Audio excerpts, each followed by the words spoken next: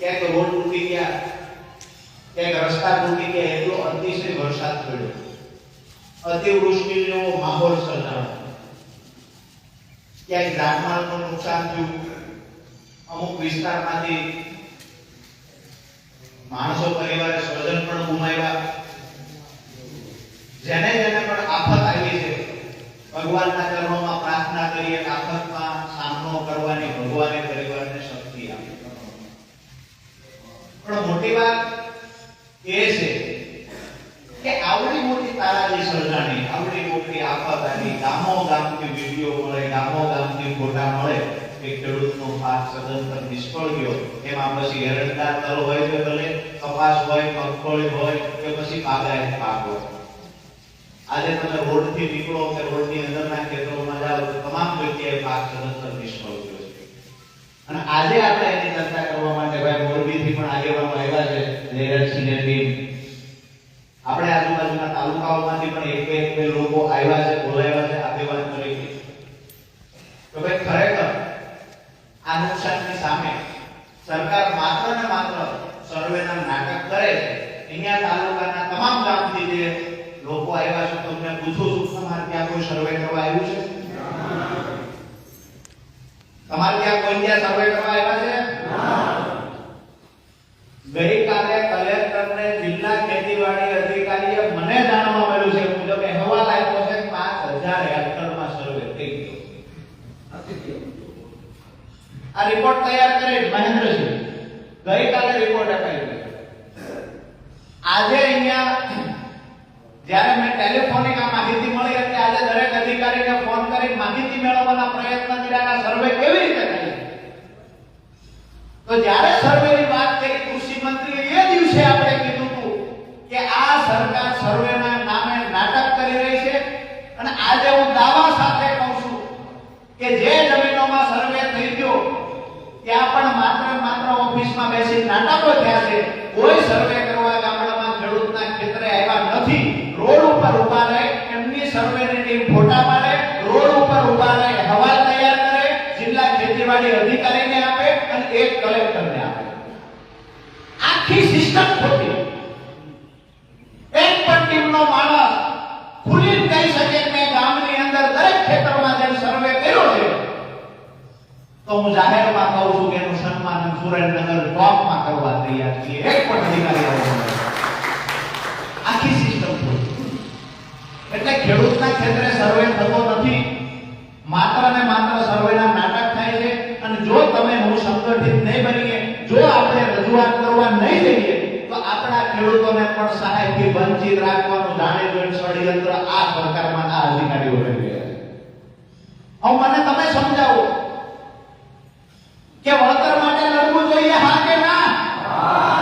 આપણા પરિવાર માટે માત્ર નહીં, તાલુકાના જિલ્લાના તમામ ખેડૂતો માટે લડવું જોઈએ. બે હાથ ઊંચા કરીને હા કે ના?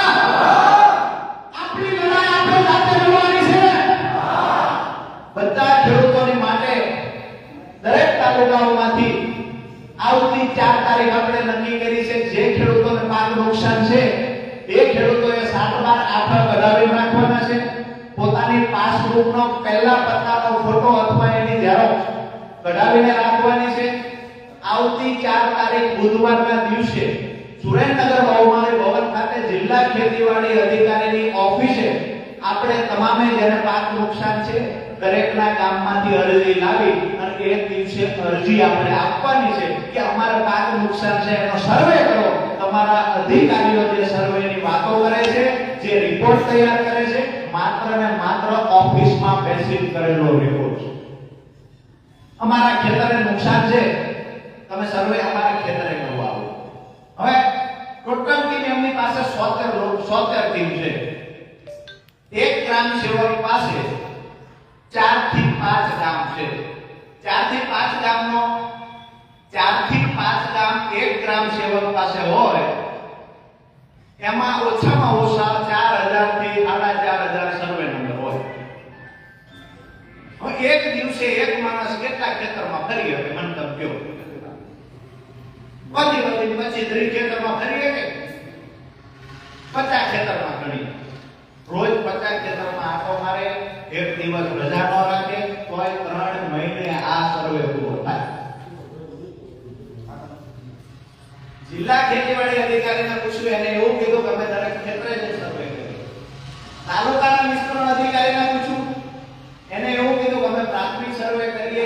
નુકસાન દેખાશે તો અમે 12 થી 3 બોલાવશું, ફરી વાર સર્વે કરશું. એટલે આમાં તો આમાં આપવાનું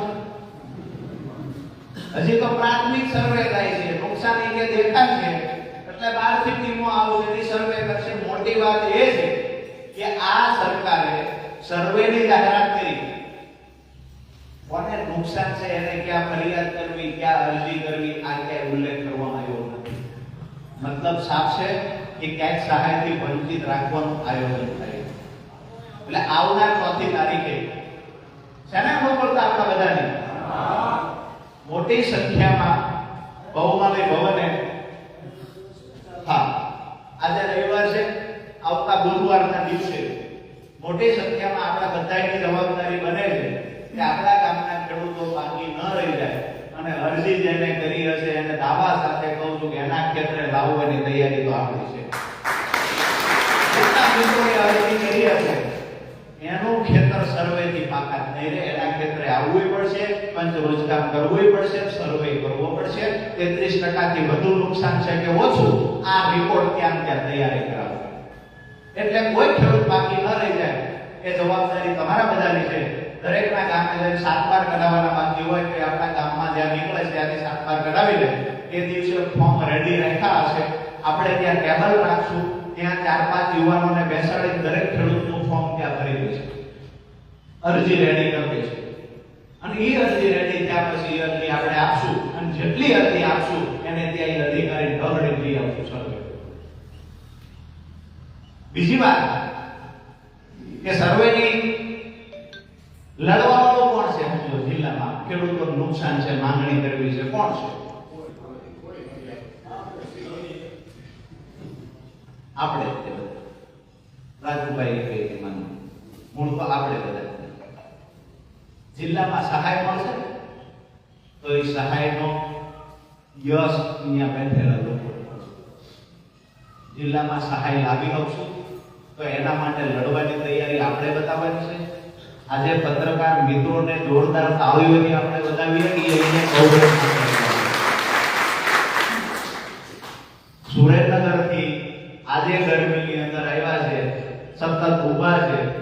એ ખેડૂતોની ખરેખર જે મુસીબત, ખેડૂતોની સમસ્યા છે તેની વેદનાને પાછા આવે.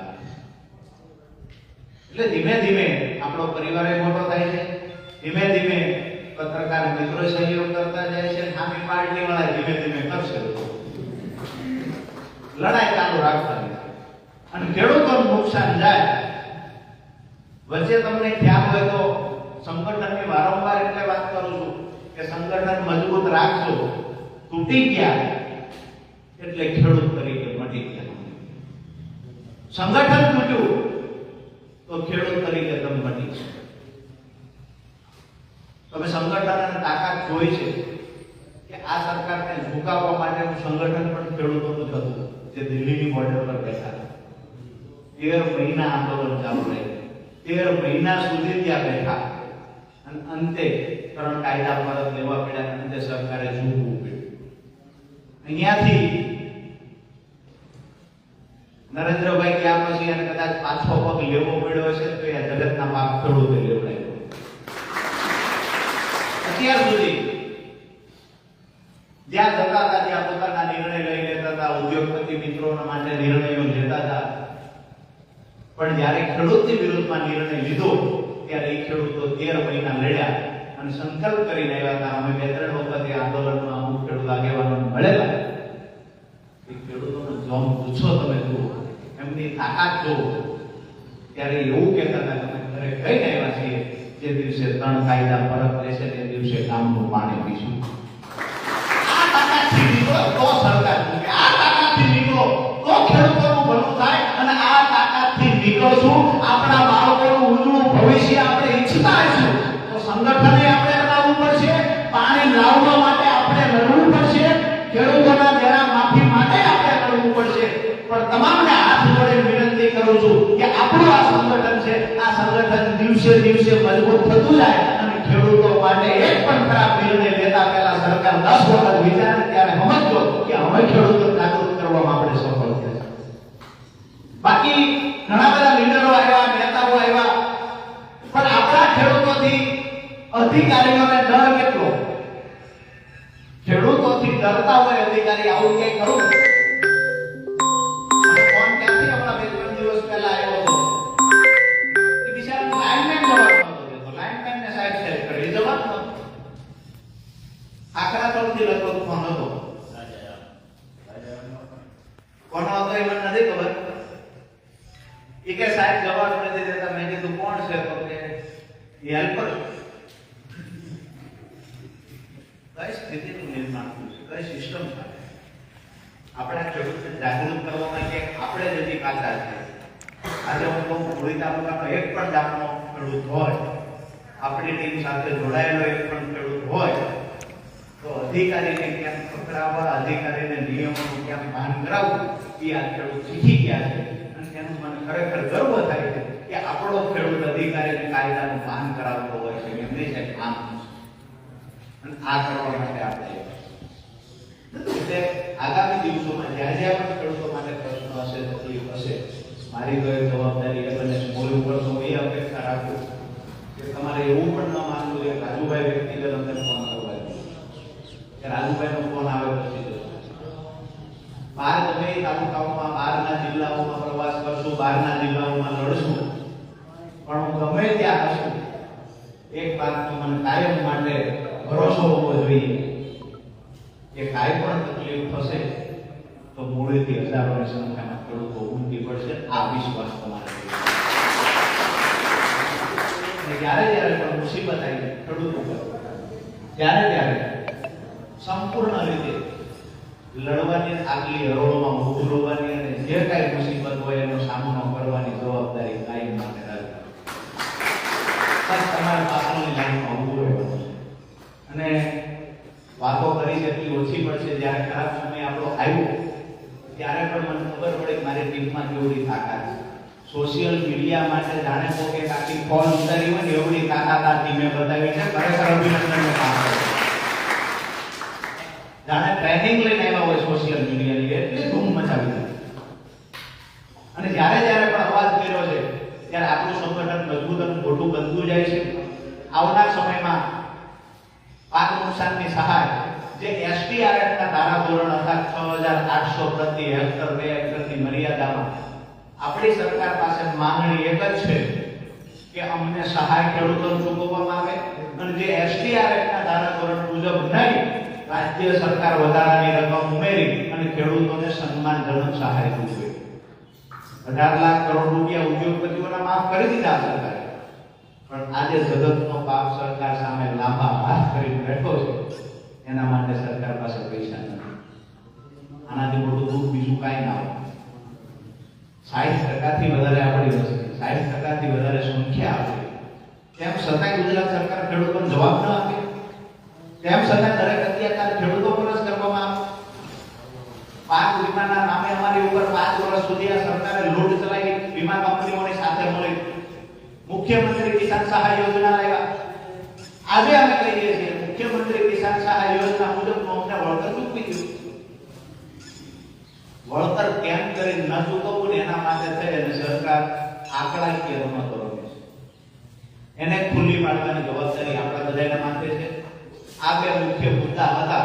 હવે 4મી તારીખે આપણા બધાની સંપૂર્ણ તૈયારી સાથે આ મીટિંગ અહીંયા પૂરી કરીશું. કાંઈ કાંઈ વાત હશે તો આગળ કરશે, પણ મારી બે જ વાત હતી કે એક તો તાલુકાનું સંગઠન જ્યાં તમારે જરૂર પડે, જ્યાં તમને એવું લાગે કે આ અધિકારી ખેડૂતોને, ગરીબોને હેરાન કરે છે, તો ઈ અધિકારી હારે મારો ભેટો કરાવી દેવાનું કામ તમારું, અધિકારી ભાન કરાવવાનું કામ મારું. બીજી વાત કે પીજીવીસીએલના કર્મચારી ખોટી રીતે આવીને ગામડાઓમાં કોઈ ખેડૂતને હેરાન કરતા હોય, લાઈવના માધ્યમથી જે મિત્રો સાંભળતા હોય એને કહીએ છીએ કે કોઈ પીજીવીસીએલનો કર્મચારી વારંવાર ખેડૂતના ખેતરે જઈને હેરાન કરતો હોય તો એ પીજીવીસીએલના કર્મચારીને સીધા કરવાનું કામ પણ આપણી ટીમ કરશે. ક્યાંય કોઈને ખોટી રીતે પૈસા આપવાના નથી. ખોટી સિસ્ટમ સામે લડવાનું છે.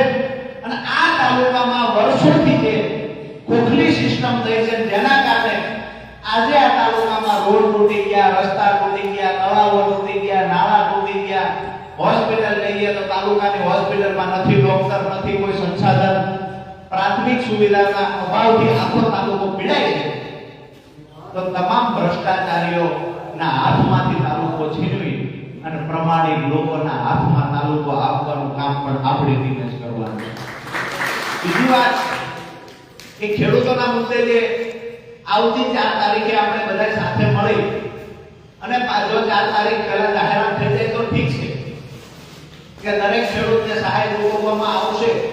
આ જાહેરાત થઈ જાય તો ઠીક છે. 4 તારીખનું અલ્ટિમેટમ આપીએ છીએ સરકારને કે 4 તારીખ સુધીમાં જો ખેડૂતોને પાક નુકસાનનું વળતર ચૂકવવામાં નહીં આવે તો આવતી 4મી તારીખ બુધવારના દિવસે કેરાળી ચોકડીથી લઈ બહુમાળી ભવન ખેતીવાડી અધિકારીની ઓફિસ સુધી જગતનો બાપ પોતાની તાકાત બતાવવાની છે.